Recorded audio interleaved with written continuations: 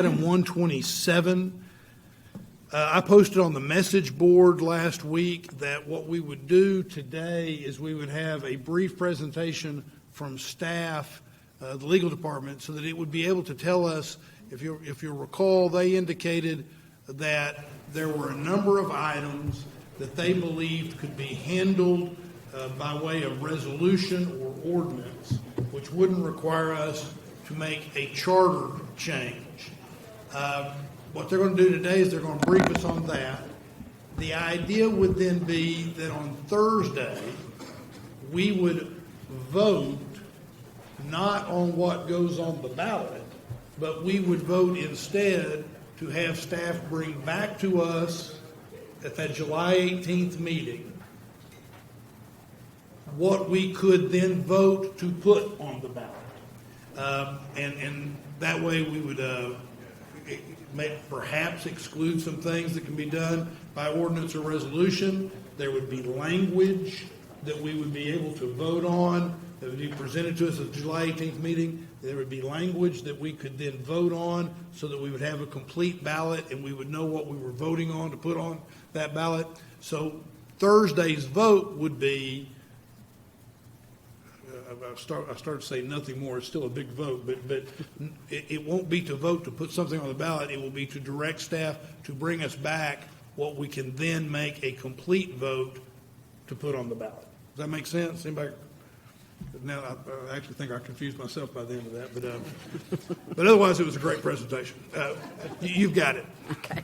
Thank you. Good morning, Mayor Pro Tem, and council members. I'm Caroline Webster with the Law Department. And the presentation I have today does have quite a few slides, but I'm not going to go over every single detail. It's more so that you have the information. And, of course, we can send this to you after the fact as well. So as the mayor mentioned, we were asked to identify what items could be passed maybe by resolution or ordinance or policies that you could adopt without them actually having to go onto the charter. So I'll be going through that. And then I'll be talking just briefly about sort of how we might be able to reduce the total number of items that actually go on the ballot. You'll really get that nailed down when we come back. If you do vote on Thursday to have us come back on July 18th, we'll really nail down what exact propositions the wording might be and how many there would be exactly. And that's part of the work that we'll be doing over the next few weeks. So to start with, this is just a very quick reminder of what the Charter Review Commission had recommended. They did recommend 9 different items to go on the ballot as possible charter amendments. And they also identified in their report that they acknowledged that some of these items might not have to be charter amendments and instead could be accomplished through a resolution or an ordinance. And so what we did is we looked at what the Charter Review Commission recommended, and then in the Law Department, we kind of took another look at that ourselves to see whether we agreed, and we did, essentially. So of the 9 things that they had recommended, we believe we agree with them that 4 of them could be done without a charter amendment election. Primarily, these are things that would be wholly new to the charter, as opposed to things that already exist in the charter that we'd be having to make changes to existing language in the charter. Mostly, these would be wholly new things, and they don't necessarily need a charter amendment. So, first of all, their recommendation about having an alphabetic rotation for propositions A through Z as the year goes by. Their recommendation to have a notice of intent for folks who are going to submit a petition to get something on our ballot. There's a notice of intent and some requirements they wanted to add there to ensure veracity of the petitions and integrity, and et cetera. Number 5 of theirs was about conflicting ballot initiatives. When we have 2 items on the ballot and they both pass and they conflict with each other, what do we do with those? And then lastly, an ordinance about contribution limits for recall petitions. That's something that doesn't have to be in the charter. It can be done through an ordinance. So basically these would be 3 ordinances and a resolution, and then it would be up to council, of course, whether you wanted to continue moving forward with those, and we would assist with that process if you did want to move forward with those, not through an election. The next ones, we basically feel that the remaining 5 recommendations from the Charter Review Commission would need to go on the ballot as a charter amendment if you wanted to move forward with them. So the increase in the signatures threshold For petitions, the changing the dates or really clarifying what dates the municipal elections could be held on as far as our recall elections, charter amendment elections, initiative and referendum. Some recall petition signature thresholds, and their 8th and 9th both had to do with the city attorney, ratification of the city attorney appointment by council, and then designation of a sort of specific to council assistant city attorney. So those are all together of their 9 recommendations. We feel like 5 of those would have to go on the ballot.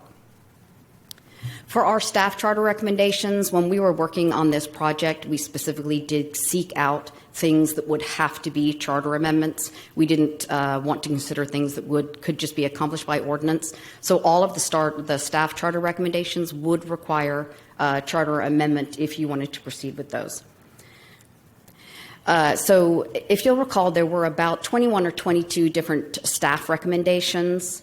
However, some of those could be what we call bundled into a single or into a lesser number of propositions. The way the law works on this is that you have to have each charter amendment has to be one subject, and there's a lot of case law out there about exactly what is a single subject and what is not.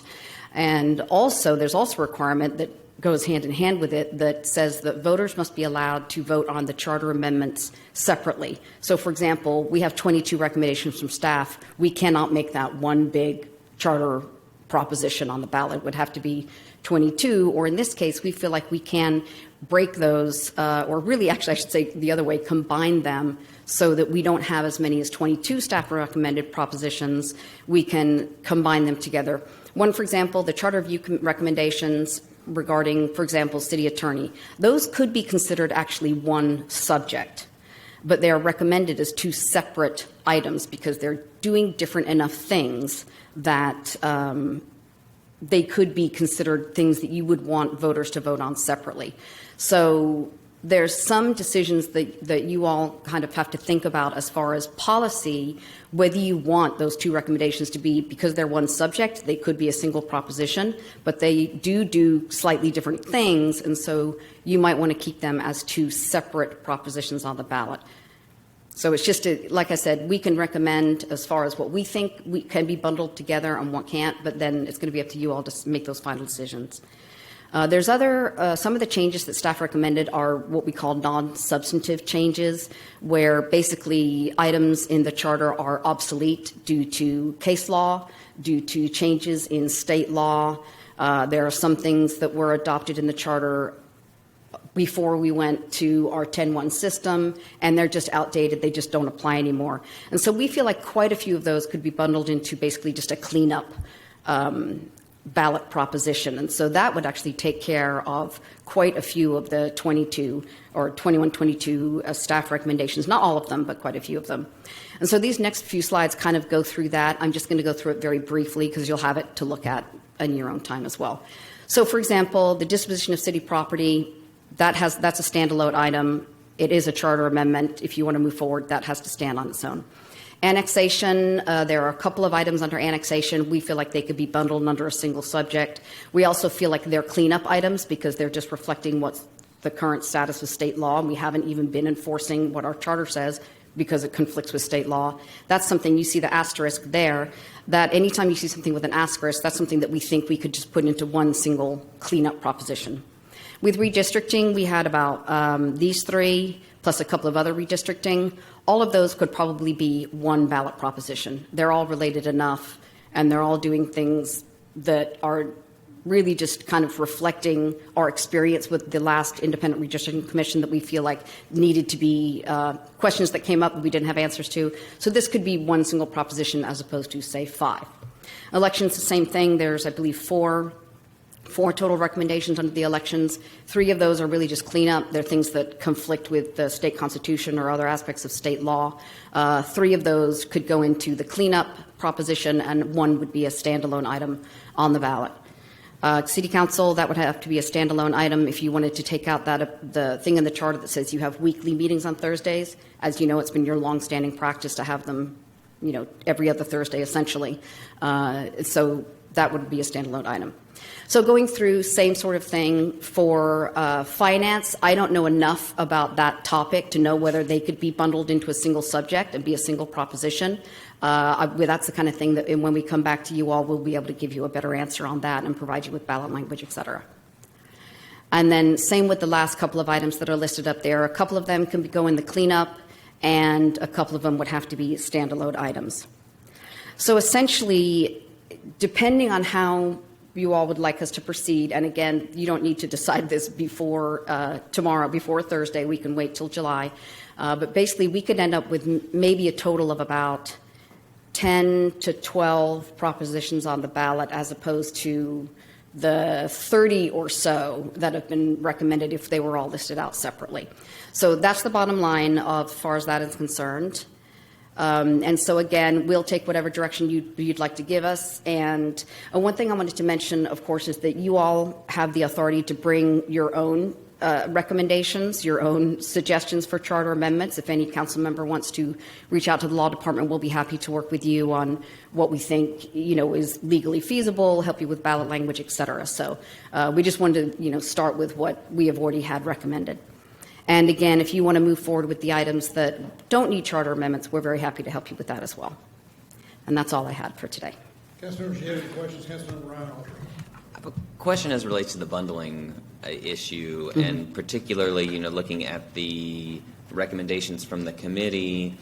For instance, number 3 is that notice of intent for a petition, and let's just say number 2 is the signature threshold for the petition, or things that are both about a citizen-initiated petition but are different elements of that. Are those things that theoretically could be bundled, or are those too discrete to put together? And I may be asking you to skip to July 18th here, and so if you're not ready to answer that question, I'm okay with that. I mean, I think if you, for example, for number 3 about the notice of intent, et cetera, the reason that we would recommend that maybe be done through an ordinance is because that's an idea that might need to be fleshed out or adjusted somewhat. We might have a notice of intent that's been drafted, and then after we go through an election or two, we're like, okay, so something's not working here. So you could certainly put that in the charter. Absolutely. That was the initial recommendation of the CRC. And considering that they are a similar topic, I think they could be bundled as one item on the ballot. It's just that we would recommend that be done as an ordinance rather than a charter amendment. And, I'm thinking also, and certainly understand that, and just trying to think through my mind about how close something has to be related versus not. And we have seen certainly here and another, the state does it where they put something more abstract in, whether it's the Constitution or the Charter. You have to have a notice of intent, but then by charter we specify what that notice actually requires or what that needs, right? So you flesh it out via an ordinance, but it is required in the Charter, things of that nature. Similar like the recall petition, number 6 and number 7, the contribution limit, and then the threshold. They're both about recalls, but they're both about different things again. So, right. Like, are those things that maybe could be joined together? And just thinking in terms of limiting our number, and I know some of them can be by ordinance, which is great as well, but just trying to better understand that in my mind. So, the second question I have is actually for the city attorneys, your office. The number 8 and number 9, those recommendations. The first, the appointment by the council versus by the manager. I was wondering if you could just highlight what, if anything, that would mean for your office different from today.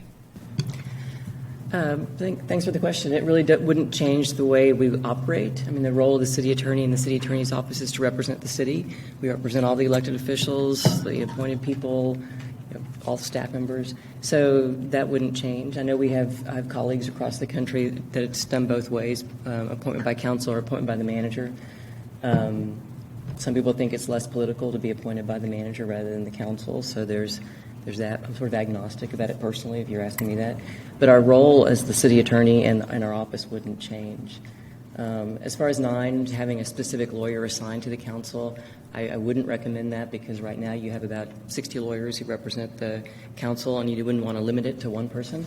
And in reality, having one person one person couldn't do all the work that we do for the city council. You all have lots and lots of questions that are important, and we're happy to work on them, but it takes a lot more people than just one to do it. So I think that's sort of a misunderstanding about what our job is. Very good. Those are my questions. Yes, Councilmember Fuentes. Thank you. And can you remind us the recommendation, CRC recommendation for the ratification of a city attorney appointment? In that scenario, in that proposal, the city manager makes a recommendation for the city attorney and then the council approves it?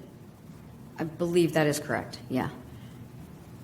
Yes. That is correct, yes. Yeah, colleagues, I would like for us to explore having an option for voters to consider having the city attorney directly appointed by council. I know this is not a new topic for Austinites. It was on the ballot in 2012 and was narrowly defeated. I think it was 50 point something versus 49%. And, you know, our city is much different now than we were 12 years ago. We also know that the structure of having the city attorney directly reporting to city council is not unique. In Dallas, that's the structure. The Texas Municipal League did a survey back in 2010, and in fact, out of the majority of cities, I think over 70% of cities, the city attorney is appointed by council. And in fact, even this recommendation of having it be ratified by council, in other words, having the city manager make the appointment and then council approve, that structure, and this is the 2010 survey, only 6% of home rule cities do. So just wanting us to have conversation with our community, since this will be coming back to us in July for officially to be put on the ballot, regarding what that might look like, if there's interest in putting this proposal to the voters of Austin. Really, I think it would be just bringing us up to what is, common, average city governance for cities of our size. Thanks, Councilmember. Are you finished with your presentation? Yes, sir. Council, I want to make sure we get everybody's questions out and then process. So anybody got any additional questions?